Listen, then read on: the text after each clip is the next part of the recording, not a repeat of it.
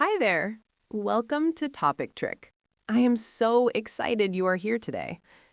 Imagine you are standing in front of a giant whiteboard. You are building the next big app. You have your idea and your design, but then you hit a wall. You have to choose how your app talks to the server. Do you go with the industry standard called REST? Do you pick the flexible, modern style of GraphQL? Or do you go old school with the strict power of SOAP? This choice is huge. If you make the wrong choice now, you might have to rewrite all your code in 6 months. That sounds like a headache, right? Well, don't worry. By the end of this video, you will be an expert. You will know exactly which one to pick for your 2026 projects. Did you know that REST is still used by 83% of organizations?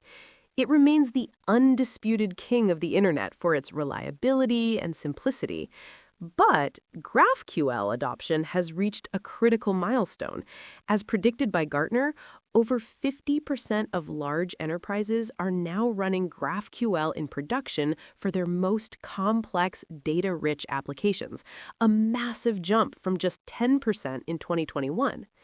While REST is the standard for public APIs, GraphQL has become the favorite for modern front-end development and internal microservice orchestration. And SOAP?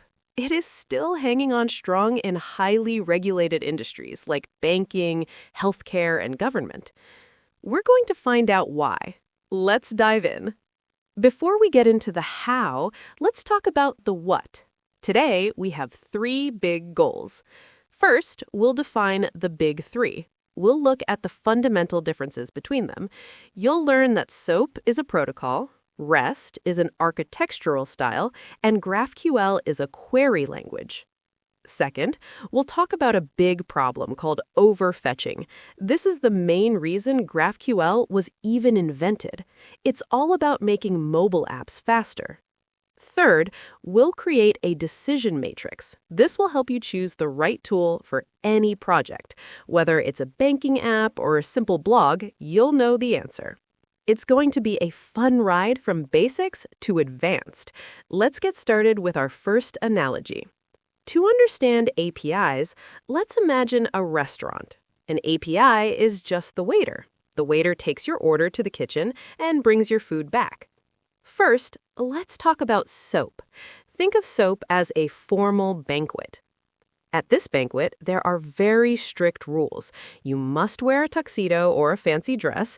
You cannot just shout your order. You have to fill out a very long, rigid paper form. In the tech world, that form is called XML. XML uses a lot of tags to describe data. It's very wordy. It looks like a lot of bracket this and bracket that. SOAP stands for Simple Object Access Protocol. But here's a secret. It isn't actually that simple. It's very strict because it cares about security and reliability. The waiter at this banquet guarantees your order will not get lost. If the kitchen makes a mistake, the waiter gives you a very detailed error report. Because it's so strict, big banks and insurance companies love it. They need that contract to make sure everything is perfect. If you're moving millions of dollars, you want the tuxedo-wearing waiter. But for a simple mobile app, it's way too slow. It's like wearing a suit just to buy a candy bar. Now let's look at REST. REST is like a fast food menu. When you go to a fast food place, everything is organized. You want a burger, there's a specific counter for burgers. You want fries, you go to the fries counter. In REST, these counters are called endpoints. An endpoint looks like a URL. For example, website.com/API/burgers. REST uses JSON most of the time. JSON is much lighter than the XML used in SOAP. It's easy for humans to read and easy for computers to process. But there's a catch with the fast food menu. Let's say you want a combo meal. You want a burger, fries, and a soda. In a standard REST setup, you might have to make 3 separate trips. 1 trip to the burger counter, 1 trip to the fries counter, and 1 trip to the soda counter. This is called multiple round trips. On a slow phone connection, this makes the app feel laggy. Each trip takes time. Also, the burger counter gives you the whole burger. What if you only wanted the bun? Too bad, you get the whole thing. This is called overfetching. Finally, we have GraphQL. This is the personal chef experience. With GraphQL, you don't go to different counters. You sit down and hand the chef a precise note. Your note says, I want the bun from the burger, exactly 10 fries, and only half a cup of soda. The chef looks at your note and brings you exactly that on one single plate. No more, no less. In technical terms, you send a query to one single endpoint. You define the shape of the data you want. The server looks at your request and sends back a single JSON response. It only contains the fields you asked for. This solves the overfetching problem completely. It also solves underfetching because you get everything in one trip. This is why companies like Facebook and Netflix love GraphQL. Their apps have tons of complex data. They need to get that data to your phone as fast as possible. Let's see how this looks in the real world.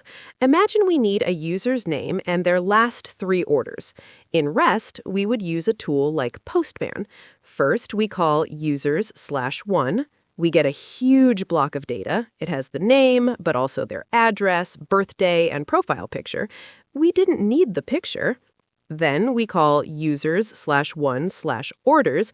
We get a long list of every order they ever made. We only wanted the last 3. We're wasting data. Now look at GraphQL. We use a tool called GraphiQL. We write a query, we type user, then name, then orders, and we set a limit to 3. We hit play, boom, 1 request, the exact name, the exact 3 orders, no extra data. Now look at SOAP. Actually, just look at a picture of a SOAP envelope. Look at all those tags. SOAP envelope, SOAP body, get price. It takes 10 lines of code just to say hello. This is why web developers moved away from it. It's just too much typing. You might be thinking, if SOAP is so wordy, why do we still use it? Well, here's a specific enterprise integration example. Let's talk about mainframe to cloud migration. Imagine a giant bank that has been around since the 1970s. Their core systems run on a mainframe. These systems are incredibly stable, but they're very old. When the bank wants to build a modern mobile app in the cloud, they can't just plug it in. They use SOAP as a bridge. The SOAP protocol acts as a high-security gatekeeper. It ensures that the modern cloud app follows the strict rules of the old mainframe. Because it has built-in features for ACID transactions and WS security, the bank knows the data won't get corrupted. So, while the front-end developers are using GraphQL to make the app pretty and fast, the back-end developers are using SOAP to talk to the dinosaur computer in the basement. And guess what? That dinosaur is still handling billions of dollars in transactions. Both are doing their jobs perfectly. So how do you choose for your project? Here's the Topictrick cheat sheet. API decision matrix. When to choose SOAP, REST, or GraphQL. Use REST if you are building a public API for everyone to use. You want the easiest setup. You need great caching. REST works perfectly with the way the internet caches data. Use GraphQL if you're building a complex dashboard or a social media app. You have many different types of devices like watches, phones, and TVs. You want to minimize data usage for your users. Use SOAP if you're in a highly regulated industry like banking, healthcare, insurance, or government, where data integrity and WS security are non-negotiable. You're connecting to a legacy mainframe or enterprise systems built before 2010. You need formal contracts between systems that never change. Companies like FedEx, UPS, and Microsoft still use SOAP for exactly this reason. Remember, there is no best API. There is only the best for your needs. We have covered a lot today. We learned that SOAP is the heavy-duty, secure tuxedo. We learned that REST is the fast food menu that runs most of the web. And we learned that GraphQL is the personal chef that gives you exactly what you ask for. In 2026, the most important skill is knowing when to use which tool. If you are a beginner, I recommend starting with REST. It is the foundation of the modern web. Once you feel comfortable, move on to GraphQL to see how it can supercharge your front ends. And if you ever find yourself working at a big bank, don't be scared of SOAP. It might be old, but it keeps the world's money moving. Thank you so much for hanging out with me today at Topictrick. I hope this guide made these scary technical terms feel easy and fun.